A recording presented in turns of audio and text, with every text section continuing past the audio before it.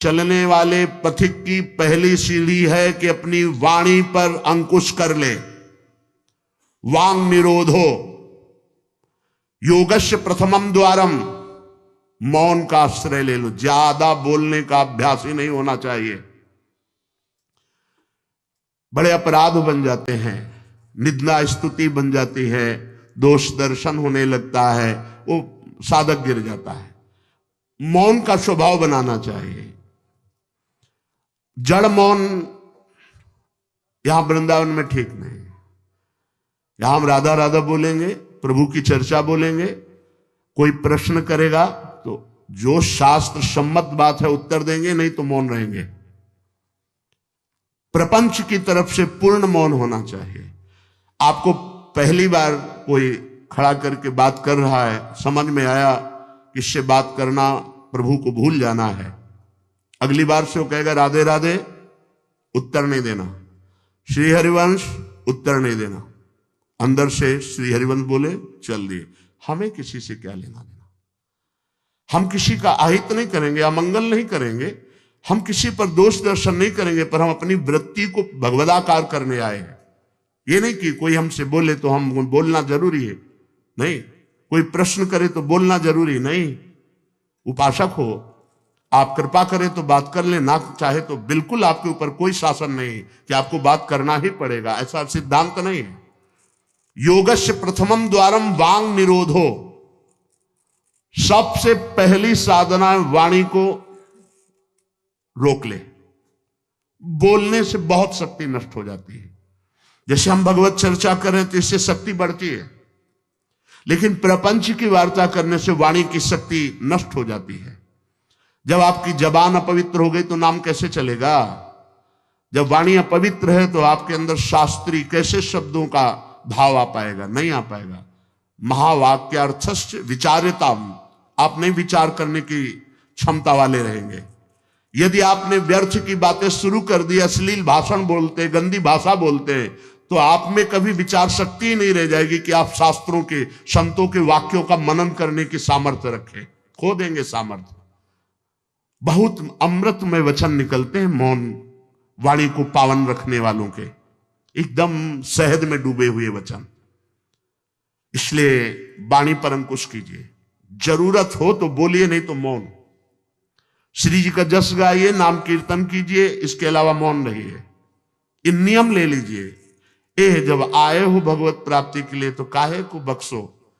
इन इंद्रियों को सीधे अनुशासन में लीजिए ना। आपका स्वरूप इंद्रियां थोड़ी है, आप इनके संचालक हैं। आपकी सामर्थ्य से सामर्थ्यवान होकर आपको बांधे हुए हैं, आप इनको बांधिए। बहुत हो गई स्वतंत्रता इन दुष्टों की। माता देहूती जी भगवान कपिल जी से कहती, मैं ऊब गई इन दुष्ट इंद्रियों से भोगते हुए। नाथ, अब वो उपाय बताइए जिनसे इन दुष्ट इंद्रियों के कब्जे से मैं बाहर निकलूं। माता देहूती जी, ये बहुत दुष्ट है। ये कुछ मिनट तो लगेगा, बहुत शांत है और भगवत स्वरूप में लगने वाली हैं, और एक क्षण में गिरा के ऐसे नर्क में खड़ा कर देंगी जहां पश्चाताप ही होता है, हाथ कुछ नहीं लगता। योगस्य प्रथमम द्वारम वांग निरोधो, फिर अपरिग्रह। पहला द्वार है वाणी पर शासन कीजिए। हम वाणी गायन करेंगे, श्री जी के लीला चरित्र, नाम कीर्तन, इसके अलावा मौन। कई साधकों को यह स्पष्ट आज्ञा करी श्री जी की प्रेरणा से कि आप नहीं बोलोगे, तो उसका पालन करना चाहिए। जब सत्संग में आप सुन रहे हैं कि योगस्य प्रथमम द्वारम, तो आप अपनी वाणी को संयम में रखिए। किसी की मजाक, उपहास, किसी की चुगली, निंदा, ये सब बिल्कुल नहीं।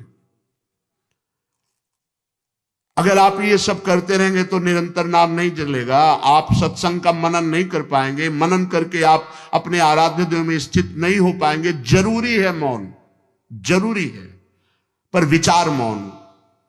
ये धाम है, इसलिए हम जड़ मौन की बात नहीं करते, विचार मौन। और वो मौन ही किस काम का जो एक शब्द में हम बात कर लेते हैं, वो 5 मिनट लगाएं। जैसे कोई बात करनी, अब वो कुछ बोला, अब उसमें पूरी एकाग्रता, पूरी शक्ति नहीं, सीधे बोल रहे, स्विच ऑफ कर दे, क्या चला गया। जड़ मौन के लिए फिर ना ऊ कुछ नहीं, ना लिखना ना पढ़ना ना कुछ, बिल्कुल बालवत परमहंस स्थिति, कोई प्रश्न नहीं, कोई उत्तर नहीं, एकदम जड़वत, जीते जी मृत, जीवन मुक्त होने के लिए।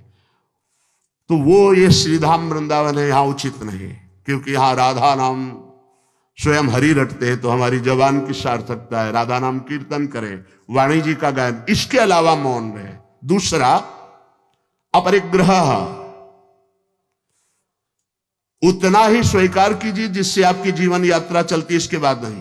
एक भी वस्तु एक्स्ट्रा आपके पास नहीं होनी चाहिए। क्यों होनी चाहिए? जब रोज का रोज श्री जी दे रही तो तुम्हें एकत्रित करने की जरूरत क्या है? आपको जो दिनचर्या में चाहिए बस उतना ही, इसके आगे नहीं। एक भी कंबल एक्स्ट्रा नहीं रखना होना चाहिए, एक भी वस्त्र नहीं एक्स्ट्रा नहीं होना चाहिए। जो हमारी दिनचर्या में आ रहे हैं कि 2 कॉपिन, 2 मार्किन, बनियान, स्वेटर, 1 कंबल या 2 कंबल, जिससे आपकी दिनचर्या कट रही, बस इसके अलावा आपके पास कुछ नहीं। आपकी जो दिनचर्या है, वो दिनचर्या जो प्रभु दिए हुए हैं शरीर पालन पोषण के लिए, शरीर के लिए उतनी आवश्यक है। अगर सही दिनचर्या करनी तो राइट टाइम पे आपका पहले कंबल हटना चाहिए। समय कंबल फेंक दिया दूर, अब अपनी दिनचर्या में लग जाओ। काहे को शरीर को इतना दुलार करके बबुआ बनाए हुए हो, कान के कंटूप ऐसे बांधे, मुंह में ऐसे बांधे, ऐसे क्या होना है इसको? ये जड़ शरीर है, जितना प्यार करोगे उतना ही परेशान करेगा ये। हाँ, इसको ज्यादा नहीं, आहार दे दिया, संयम नियम से स्नान ध्यान पूजा पाठ, हर समय भगवत चिंतन, ये जड़ है, अभ्यास है। यहां कौन बांधता है कुछ? 12 महीना झेलता है नहीं मस्तक का, ये सब कौन बांधता है? ऐसे अभ्यास। चलो इतने कमजोर अभ्यास के हैं तो जितना उचित वस्त्र उतना पहन लिया।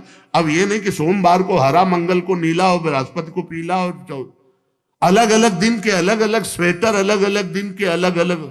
भैया ये विलासिता नहीं।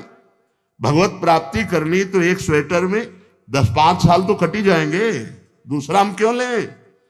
एक जिपर मिल गया, उससे शरीर ढक लिया, 10-5 साल चलेगा, 2-3 महीने पहनने को होता है। हर साल नया तो भाई हमें क्या कर, हमें कहीं जाना है क्या पार्टी में?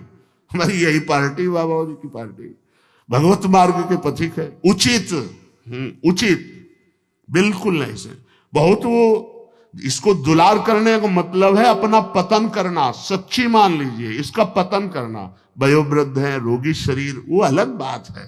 थोड़ा तो आनंद लीजिए प्रकृति का वार सहने का। अगर शरीर रुग्ण नहीं है, जवान शरीर हो रहे, ब्रह्मचारी हो, आग है अंदर, सहो हर प्रकृति के वार को, गर्मी सर्दी बरसात भूख प्यास, सच्चिदानंद में स्थित हो जाओ, तुम्हारा बाल बांका भी कोई नहीं कर सकता। अब मार दिन में 50 बार शीशा देखना, अब वो फंसाएगा कि नहीं फंसाएगा? चेहरा फंसाएगा ना। तिलक के सिवा दोबारा शीशा नहीं देखना चाहिए। इस देहाभिमान के राग को काटना कि पुष्ट करना है? जय बार निकले त्योहार देख करके हर सेटिंग किसको दिखा रहे यार? क्या तुम किसी को लुभायमान करना चाहते हो क्या? हरि को? तुम्हारे इस पार्थिव शरीर पे लुभायमान होने वाले नहीं, और जो लुभायमान होगा तुमको नष्ट कर देगा। तो हमें इसको बिगाड़ के रखना है, इसको सजा के नहीं, भगवत प्रसादी आदि लगाए। हमारा देहाभिमान बार बार हमको गिराने की कोशिश करेगा। ये हम जो हंसी मजाक में भी कह रहे, इसको अच्छे से समझना। ये जो 2 प्रकार की पद्धति रखी गई है कि आप मुंडन करवा के रखिए क्योंकि आपके बालों से शोभा बढ़ेगी, और आप बाल रखा के रखिए क्योंकि आपकी शोभा बिगड़नी चाहिए। रज लगा के रखिए कि आपको ही आपके शरीर में राग ना रह जाए। बात यहां ये, यहां किसी के दिखाने के लिए नहीं है, आपके शरीर में आपको राग ना रह जाए। आप बार बार साबुन लगाएंगे, तेल लगाएंगे, बार बार शीशा, कंघा और अपने चेहरे को सजाएंगे तो देहाभिमान पुष्ट होगा, ये नष्ट करेगा। कुछ नहीं है, बड़ी दुर्गति है, मान लीजिए। इसका अंतिम परिणाम आग में जलना, चाहे जितने चिकने कर लो गाल, चाहे जितने लाल कर लो, मरना है, पक्की बात समझो। तो जीते जी अमरत्व क्यों नहीं प्राप्त करते? अरे ऐसा रूप प्राप्त करो जिसमें गाल लाल ही रहते हैं, लालिमा लगानी नहीं पड़ती। श्री जी की दासी लक्ष्मी कोटि विलक्ष लक्षण लसल लीला किशोरी सतई, करोड़ों लक्ष्मी आश्चर्यचकित हो जाए ऐसा रूप श्री राधा दासियों का है। गीध देह तज धरि हरि रूपा, गीध ने शरीर त्यागा, हरि रूप होकर धाम जा रहा है। बाहरी लाली लगाने से थोड़ी हरि मिल जाएंगे, बाहरी श्रृंगार से थोड़ी हरि मिल जाएंगे। प्रार्थना मान लीजिए कुछ दिन का है, धोखे में मत फंसिए, ये धोखा है। खेत में रक्षा करने वाले एक धोखा टांगते हैं, पैंट शर्ट टोपी लगा के, वहां कोई नहीं होता, लेकिन पशु धोखे में हो जाते हैं। ये धोखा है। अगर पशुवत बुद्धि रखोगे तो ये धोखा तुम्हें पूरे जीवन, पूरा का पूरा जीवन नष्ट कर देगा। इसी धोखे से निकलने के लिए हमें अवसर मिला है। योगस्य प्रथमम द्वारम वांग निरोधो अपरिग्रह, वाणी से मौन रहिए, जितनी आवश्यकता है उतना वस्त्र लीजिए। एक संत भगवान आए थे, एक मार्किन से बांधे हुए थे, साल उड़ाया, तो बोले आपकी आज्ञा इसलिए ओढ़ लेते हैं। तो हम कहा किसी बाहर निकल के किसी को दे देना, हमारी श्री जी की प्रसादी, इसलिए हमारी प्रसन्नता के लिए। तो उनका ओढ़ लेते हैं, पर महाराज हम रहते ऐसे ही हैं। उनका धन्य है, नौजवान हो, बहुत सुंदर है। तो हम कहा आप बाहर जब निकलना किसी को देखना ऐसे आवश्यक है तो आप दे देना। तो बड़े प्रसन्न हुए, आदर करके उन पर हृदय में आदर हुआ उनका, नहीं मुझे नहीं चाहिए, मैं तो जैसी रहनी से रहता हूं। हमने घटिया घाट है एक फर्रुखाबाद फतेहगढ़ की तरफ, वहां रुके हुए थे। एक महात्मा को देखा, वयोवृद्ध थे, एक पतली मार्किन, माघ महीना, ये कौन सा माघ चल रहा है, यही तो चल रहा है, मकर संक्रांति का अवसर। तो वहां रामनगरिया लगती है 1 महीने के लिए। जैसे प्रयाग में कुंभ में लगता है, तो गंगा किनारे हर साल मकर संक्रांति में हजारों लोग 1 महीना वास करते हैं, रोज गंगा स्नान त्रिकाल करते हैं। उन महात्मा जी के समीप रात्रि में गए तो शरीर कांप रहा था और मंत्राकार वृत्ति, एक झोपड़ी में बैठे हुए थे। बड़ी लज्जा लगी हमें अपने ऊपर कि हमारा जवान शरीर है, 30-35 वर्ष पहले की बात, और हम 1 मार्किन पहने, 1 मार्किन ओढ़े, ये तो केवल 1 मार्किन पे है, तो हमारा क्या कर्तव्य बनता है, हमको ये भी फेंक देना चाहिए। ये वयोवृद्ध हैं और मौन है, तो उनसे प्रार्थना की कि यहां आश्रम से एक कंबल ले आए, आपका शरीर कांप रहा है। ऐसे मुस्कुरा के कहा नहीं। तो चोट पे चोट लग रही थी कि धिक्कार हमारे जीवन को, ये वयोवृद्ध होकर इतना तितिक्षापूर्ण जीवन, और हम जवान होकर के इसको सह नहीं पा रहे। आप सच्ची मानना, जो तितिक्षापूर्ण है बहुत जल्दी भगवत साक्षात्कार होता है। भगवान आदेश करते तास तितिक्षस्व भारत। आज हम केवल शरीर दुलार में अपने समय को नष्ट करते हैं, शरीर पोषण में। भाई देखो, ये छोटी छोटी बातें आपको देखने में लगती होंगी बड़ी बात है, यही आपको आपके आराध्य देव से विलग किए हुए हैं। महीना भर आप केवल ऐसे आहार करके देखिए कि जिसे तुम्हारा मन कहता अच्छा उसको हटा दीजिए। आज थोड़ा त्याग मत वर्णन कीजिए, आज थोड़ा हमारे उदर में परेशानी है तो हमें केवल आप रोटी और सब्जी दीजिए। महीना भर केवल रोटी सब्जी उचित। आप देखो, अगर आपके अंदर का रजोगुण तमोगुण नष्ट ना हो जाए तो कहना आपके अंदर सात्विक भाव आ जाएगा, मंत्र में स्थिति होने लगेगी। और आप, हमने देखा है जैसे गुलाब जामुन, कचौड़ी, पकौड़ी, ये सब कहीं जैसे भिक्षान्न में मिली भी और भरपेट पा लिया, तो वो रस नहीं आया भजन में। जो एक सूखी रोटी ऐसे चबा के गंगा जल पी करके जो रस आता है ना, वो नहीं आता है। सच्ची मानिए, पहले के बड़े बड़े भजनानंदी महापुरुष अपने जीवन को ऐसे ही। तो अपरिग्रह ये बहुत बड़ी बात है, साधक यहां चूक करता है। देखो, आप लोग तो इतने बढ़िया अवसर पे हैं कि आपको ना किसी से मांगना है, ना आपको अपनी कोई परवाह होनी चाहिए, क्योंकि श्री जी व्यवस्था कर रही। आपको जो वस्त्र उचित है वो ले लीजिए, जो भोजन उचित है, और अपनी सेवा और मंत्राकार वृत्ति। आपको किसी से कोई मतलब ही नहीं। आपको तो भिक्षान्न के लिए भी नहीं जाना है, अपने आप आकाश वृत्ति से प्रभु देते हैं। तो आपका रूम आपकी कुटिया है, आपकी दिनचर्या एक स्वयं की दिनचर्या है। आपके रूम में अपरिग्रह दिखाई देना चाहिए। बिछाने का, एक ओढ़ने का, जो आप जितना सहन कर सकते हैं उतना। अगर आप एक कंबल से रात काट सकते हैं तो दूसरी मत डालिए, चाहे 10,000 रखे हो, आपको क्या मतलब है? पूरी सृष्टि में सब भोग सामग्री आपके लिए है क्या? अपरिग्रह, हम जहां चूक करते हैं उसको पक्के से बांध लीजिए, अभी आनंद की धारा में आ जाओगे। वाणी को कंट्रोल, शासन, आवश्यक है तो बोलेंगे, नहीं तो मौन। दूसरा, उतना ही स्वीकार करेंगे जितने की आवश्यकता है। भगवदानुभूति के लिए एक बार तो आग लगनी चाहिए जीवन में, कि जीवन मृत तुल्य होना चाहिए। यहां जरा सा साधन बना कि पोस्टर बैनर में आ गए, प्रशंसा में आ गए, कैसे भगवत प्राप्ति होगी? अपरिग्रह। और आगे, निराशा च निरीहा च नित्य में एकांत शीतला।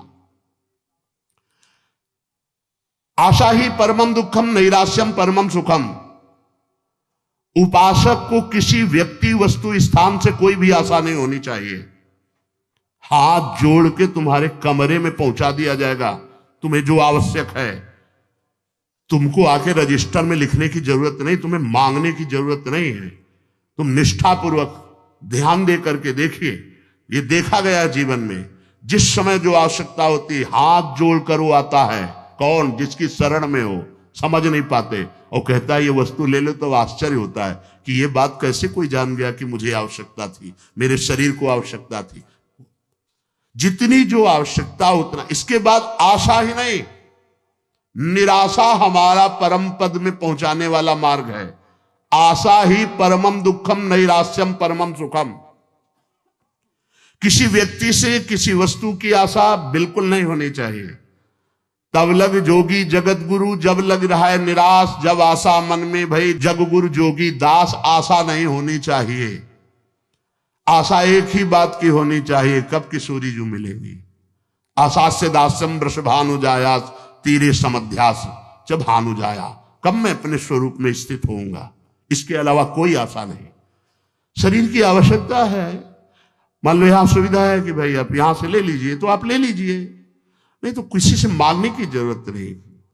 कभी तो ऐसे रहना सीखो ना कि कोई आशा नहीं, कोई इच्छा नहीं, और आप हृदय की बात जानते हो। आप देखना, आपको जो शरीर की जरूरत हो आप देखते रहना, देते रहना। बिल्कुल बिल्कुल वो एक एक कदम पर देखते हैं। जो अव्यवस्थित, तो हमने देखा है, एक एक कदम पर व्यवस्था। आपको अपने स्वामी पे विश्वास होना चाहिए, आशा किसी से नहीं। आशा एक राम जी से दूजी आशा छोड़ दे, नाता एक राम जी से दूजो नाता तोड़ दे। यह संसार आशा में ही तो दुख को प्राप्त हो रहा है। पिंगला वैश्या को भगवान दत्तात्रेय जी ने गुरु माना, क्योंकि उसने आशा का त्याग कर दिया। आशा नहीं। अब मैं पुरुषों से आशा करती थी, अब परम पुरुष से आशा करूंगी, अपने आत्मस्वरूप से। अब किसी की जरूरत नहीं, मैं किसी से रमण की आशा नहीं करूंगी, एकमात्र अपने आत्मस्वरूप। उसी समय उसको गुरु मान लिया। पहला, वाणी का मौन, उचित बोलो। दूसरा, सामान उतनी रखो जितनी आवश्यकता हो। तीसरा, किसी से आशा मत रखो। चौथा, निरीह, किसी भी तरह की लोक परलोक की कोई कामना नहीं। बड़ा आनंद। अभी देखो, जीवन मुक्त हो जाओगे। किसी से लोक की कोई आवश्यकता नहीं, लोक वस्तु की, और निरीह, कोई कामना नहीं। कितना हृदय अभी आनंदित हो जाएगा, प्रसन्न हो जाएगा। जैसे पीछे कहा कि अंतर्मुख होकर, निष्काम होकर जो भजन होता है उसमें मन प्रसन्न हो जाता है। उसी अखंड प्रसन्नता में परमात्मा साक्षात्कार होता है। निरीह, कोई इच्छा नहीं। आज क्या पाएंगे? कोई इच्छा ही नहीं आनी चाहिए। कुछ स्पेशल प्रार्थना होती, कुछ स्पेशल तो राधा नाम है, राधा रूप है, वो आप दे सकते हो तो दे दीजिए, नहीं वो तो नहीं, तो फिर और स्पेशल क्या हो सकता है? ये तो सब पार है संसार के। ये साधक, उपासक, चाहे गृहस्थ हो चाहे विरक्त, एक निष्ठा होनी चाहिए, एक निष्ठा। एक नए साधक को हमने देखा कि कपड़ा ऊपर से पड़ा था और गमछा पेट में बंधा था। जब प्रसाद पाने के लिए बैठे, किसी जगह हम रहते थे, वो आए थे मंडली से, हम संतों पर बहुत सूक्ष्म दृष्टि, उनके व्यवहार, उनके आचरण से, क्योंकि सब कुछ सीखने को मिलता है। तो देखा कि खींच के पेट में गमछे से गांठ बंधी थी, जब वो प्रसाद को बैठे, और पहले नहीं बंधी थी। तो उनके नजदीक गए और कहा, महाराज जी इसका क्या रहस्य, आप गमछा बांधे? बोले, साधन में एक उचित आहार चाहिए। तो मुझे पता चल जाता है, जहां थोड़ा पाया तो इतने में हम इतनी गमछा वो नाप का, उसमें 3 गांठ, तो उतना नित्य। बोले, कभी ज्यादा आहार नहीं, यद्यपि ये प्रथम साधना के लिए ऐसा है, नहीं तो एक सामने से आहार का निश्चय किया जाता है। इतना आहार, फिर चाहे कितना अमृत हो उसके ऊपर नहीं होना चाहिए। साधु को बार बार नहीं लेना चाहिए। ये जो नहीं पूड़ी पूड़ी, बोले हाँ डालो, खीर हाँ 4 पूड़ी रख दो, इतने सब्जी रख दो, दोबारा आप पूछिएगा किसी से, हमारे से पूछने की जरूरत नहीं। ऐसी दिनचर्या नहीं। गरम गरम भैया, गरम और नरम दोनों से मतलब नहीं है। महापुरुषों ने देखो, एक बार उड़िया बाबा प्रसाद पवा रहे थे स्वयं खड़े होके, तो 2 प्रकार की पूड़ी बनवाई थी, एक पतली और पकी हुई, और एक मोटी लंबी कच्ची। पकी हुई नीचे रख दिया और कच्ची वाली ऊपर रख दिया, और आप खड़े हो गए। ऐसे सब नवीन साधक ऐसे पाए, उनमें से 50 नीचे वाली पूड़ी ऊपर करके शुरू किया, और कई साधक ऊपर से शुरू किए। तो जो नीचे वाली, तुमसे कहा खड़े हो जाओ, वो तो महापुरुष थे, जाओ ब्याह करो जाके, गर्मा गर्म बहू के हाथ पाना, बाबा जी बनने लायक नहीं हो। ऐसे सीधे डांट लगे, कान पकड़ा, महाराज जी गलती नहीं, आपने ऊपर वाली को नीचे क्यों किया, नीचे वाली को ऊपर क्यों किया? क्योंकि वो पकी थी ना, तुम्हारी स्वाद पर दृष्टि थी ना, इसलिए स्वाद का पोषण करना, तो घर जाओ। भगवत मार्ग में चलने के लिए स्वाद मिटाना है, केवल भगवत स्वाद लेना है, भगवत आनंद का स्वाद लेना है। कितना कठिन लग रहा होगा? कुछ कठिन नहीं है। जब लक्ष्य बन जाता है भगवत प्राप्ति, तो सब सहज हो जाता है। नहीं खान पान ते भावे है, नहीं कोमल वसन सुहावे है, सब विषय लगे ते खारा है, हरि आशिक का मग न्यारा है। समझो इस बात को। यहां इतना डबल होता जा रहा है शरीर, चर्बी बढ़ती जा रही है, पीछे भी पेट में भी, कि आसन में अगर कहा जाए पद्मासन में 20 मिनट बैठो तो बैठने की हिम्मत नहीं रह गई, तो क्या साधना करोगे?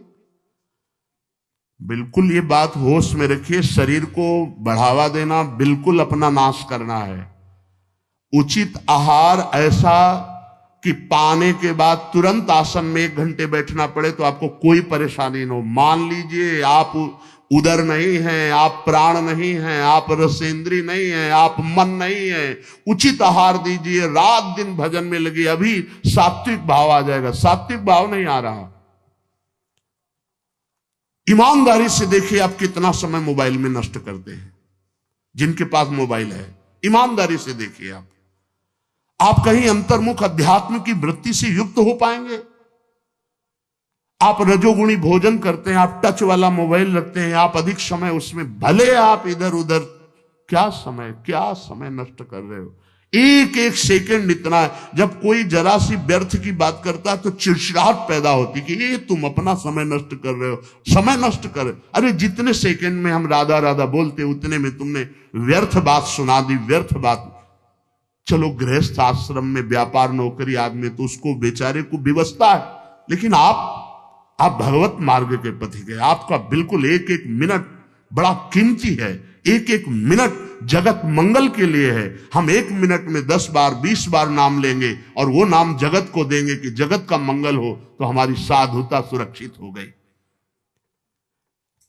निरीह इच्छा रहित और नित्य में एकांतशीलता, नित्य एकांत में शांत भाव से, शीतल भाव से। एकांत बहुत खतरनाक है नवीन उपासक के लिए, यह अनुभव की बात है। जहां आप अपने कमरे में जाएं तो समाज से ज्यादा सावधान हो जाएं। पक्की बात कह रहा हूं।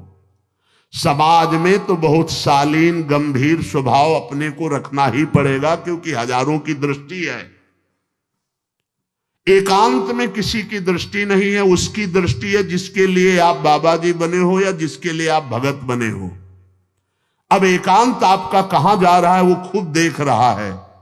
जो शास्त्र शीर्षा पुरखा सहस्राक्षा सहस्त्रपात, वो प्रभु देख रहा है कि तुम्हारी एकांत में प्रिय वस्तु क्या है। मोबाइल, सांसारिक नौटंकी नाटक, या विषय चिंतन, या विषय क्रिया, वो देख रहा है।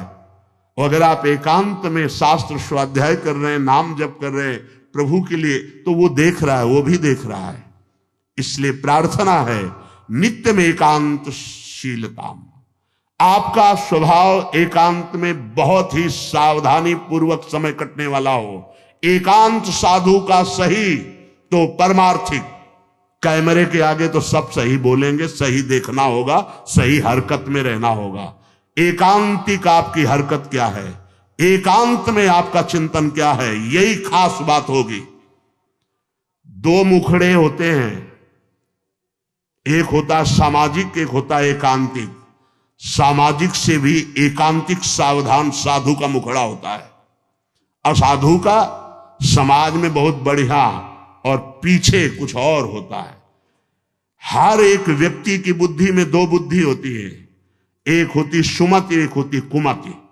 एक होती दैवी संपदा को वर्धन करने वाली सुमत, एक राक्षसी संपदा को। अर्थात कुछ ऐसे मुखड़े होते हैं जिनका एक मुखड़ा तो देवता होता है, दूसरा राक्षस होता है। अगर एकांत में तुम्हारा चिंतन, तुम्हारा आचरण, तुम्हारा विचार, तुम्हारी क्रियाएं कुमति के द्वारा हो रही हैं, तो सामने देवता बनोगे और पीछे राक्षस बनोगे। ये दुमुही चाल भगवत प्राप्ति के लिए बहुत बाधक बात है। जो तुम्हारा एकांत वही समाज, जो समाज वही एकांत। हम इष्ट और गुरुदेव के सीसी कैमरे में हर समय रहते हैं। हमारा इष्ट और गुरुदेव हर समय मुझे देख रहा है। दरवाजा बंद करने पर हम एकांत नहीं हो गए, वो गुरुदेव की दृष्टि है, हमारे आराध्य देव की दृष्टि। हमें पहले सोचना चाहिए, कुछ करने के पहले, कुछ देखने के पहले, कुछ सोचने के पहले, कि अंतर और बाहर दोनों जगह मेरे गुरुदेव सुन रहे हैं, देख रहे हैं, मेरे आराध्य देव सुन रहे हैं, देख रहे हैं। इसलिए नित्य में एकांतशीलता। एकांत में बहुत शीलवान, धैर्यवान, विनम्रता पूर्वक अपने मन को समझा करके केवल प्रियालाल में लगाना। एकांत स्थितिरिंद्रियो परमणे हेतुर्दमश्चेतसः संरोधे कर्णम समेनो विलयम यायादहम वासना। एकांत में रह करके बढ़ी हुई इंद्रियों के वेग का दमन करता है साधक, क्योंकि एकांत में इंद्रियां बहुत प्रबल हो जाती है। मन, इंद्रियां, खास जिस समय आप शयन करने जाते हैं उस समय बहुत सावधान। जब तक नींद ना आवे तब तक माला चलना चाहिए। उस समय मन के चक्कर में मत पड़ना, ये अनुभव की बात कहते हैं। जब तक आपको नींद ना आवे तब तक बैठ जाइए, माला चलाना शुरू कर दीजिए। शयन के समय खास, जिस समय आप अपने कक्ष में गए शयन करने, मोबाइल हो तो सबसे पहले कमरा बंद करने के पहले स्विच ऑफ करो, उसको बंद करो मोबाइल को। प्रार्थना मान लेना, अगर प्रार्थना मान लोगे तो प्रार्थना करने योग्य हो जाओगे। गेट बंद होने के पहले स्विच बंद होना चाहिए मोबाइल का। अब अपने कमरे में शयन के लिए गए हैं तो माला हाथ में लेकर बैठ जाओ। जब नींद आने लगे तो और धन्यवाद है कि माला छाती से लगा हुआ सो गए, धन्यवाद। अगर ऐसा नहीं है तो नींद आ गई है तो माला विराजमान किया, बिल्कुल नींद में जा रहे हैं, अब चले गए। थोड़ा भी समय इसको मनन करने का मत दीजिए उस समय, नहीं तो ये दिन भर साधन में लगाया गया है, उस समय कोई असाधन सोचवा देगा या करवा देगा। बहुत ये पॉइंट की बात है, समझ लेना आप। ये देखा गया है हृदय में, उसी बात को कहा गया, जब साधन काल में देखा गया है, हृदय में देखा गया कि फिर मन उस समय मतवाला होता है कि अब तो पूरे दिन हम साधन ही तो की, तो 5 मिनट की मुझे छूट दे दो। लेकिन नहीं, उस समय कठोरता पूर्वक इसको साधन में, और जब नींद आ गई तो शयन करो, जब उठे तो फिर वैसी दिनचर्या प्रारंभ कर दी। तब मन भगवदाकार एकांत स्थिर इंद्रियो परमणे हेतुर्दमश्चेतसः। एकांत में साधक अपनी इंद्रियों का दमन करे, बढ़ावा ना दे। देखो क्या साधन है। पहले दर्शन होते थे संत भगत भागवत जन, अब भी कुछ महापुरुष भी होंगे, यहां ठाकुर जी की छवि या गुरु जी की छवि, यहां से स्मार्ट मोबाइल लगा रहता है छाती में, स्मार्ट मोबाइल। ये भैया ठीक है, व्यवहार काल के लिए यदि तुम्हारी कोई आवश्यकता हो, तुम बहुत व्यवहार में, तो हम नहीं। अच्छा बताओ आपको क्या जरूरत है? राष्ट्रपति से बात करनी है क्या आपको? किस विधान में आपको कपड़ा बेचना है, अनाज बेचना है, आपको काम क्या है? किससे बात करनी है आपको? जिनकी विशेष व्यवहारिक कोई सेवा गुरुजनों से मिली, वो तो बात उतनी ही केवल जितनी मिली है। नहीं, आप बताओ, हम भगवत प्राप्ति के मार्ग के साधकों के लिए मोबाइल भगवान की क्या आवश्यकता है? कितनी आवश्यकता है? क्यों आवश्यकता है? जैसे सिलेंडर आदि लाना है या कुछ भाई और कोई सर, तो रख लो, हम कह रहे हैं वो छोटा वाला रख लो, उससे अपना काम। ये बहुत अंदर की बात कहते हैं, क्योंकि इसमें आप स्वतंत्र कुछ भी देख सकते हैं, कुछ भी आप पढ़ सकते हैं, कुछ भी। बहुत ऐसे लाइनें में होते हैं वो सब, बस उसमें क्लिक करो, क्लिक है तो कहते हैं हाँ वो वीडियो आ जाएगा। वो वीडियो आ जाएगा तो तुम्हारा अंदर का वीडियो गायब हो जाएगा, परमार्थ वाला। एकांत स्थिर इंद्रियों पर हेतुर्दमश्चेतसः। दमन कर दो इंद्रियों का। ये कहां सीखोगे, कब सीखोगे, किस देश में सीखोगे, यदि धाम में रहकर इंद्रियों का दमन करना ना आया? इंद्रियों का दमन कर दो। इंद्रिय दमन होने से चित्त का स्वयं निरोध हो जाता है, और चित्त की वासना का नाश होते ही योगी को परमानंद का अनुभव हो जाता है। यह है खेल। इंद्रियों का दमन हुआ, मन और चित्त एक ही बात है।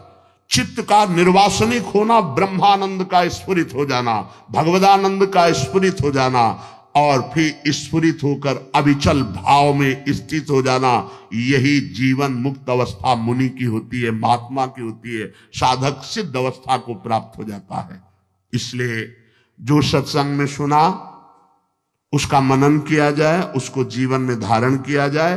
देखो बड़े भाग्य से सत्संग ये मिल रहा है जो शास्त्र सम्मत। मन का और आसक्त संसार में हो जाना, मन का भंजन होकर परमात्मा प्राप्ति के लिए चलना, ये तो बहुत ही कठिन। आप सुन रहे हो, हम बड़े कृपा पात्र हैं जो आप सुन रहे हो। आप सुन रहे हो तो हम बड़े कृपा पात्र हैं कि आप ये सत्संग सुन रहे हो। नहीं तो इस सत्संग के सुनने के लिए अपने आप से गा लो, अपने आप से सुन लो, वो तो सुनने को मिलेगा क्योंकि उसमें। लेकिन इसमें सुना है, इसमें नाश नाश नाश, काट काट, हर संबंध, हर विषय, हर मनोरंजन काट, फिर आकर के अपने स्वरूप में स्थित हो गया। हम आपके ऋणी हैं जो आप ये सत्संग सुन रहे हैं, और अगर इस सत्संग को सुनकर मनन करके आप जीवन में धारण कर लेंगे तो सच्ची मानिएगा इसी जन्म में भगवत प्राप्ति हो जाएगी, जो अत्यंत कठिन है।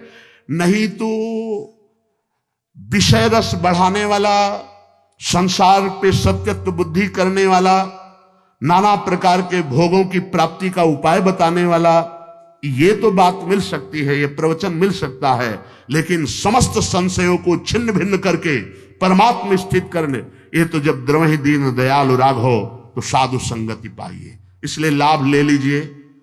ये हम कह रहे हैं इसलिए नहीं, ये बहुत बड़ा संयोग बना है प्रभु का। जैसे आंधी कभी कभी आती है, ऐसे ही हरि की अनुग्रह रूपी आंधी चल गई है।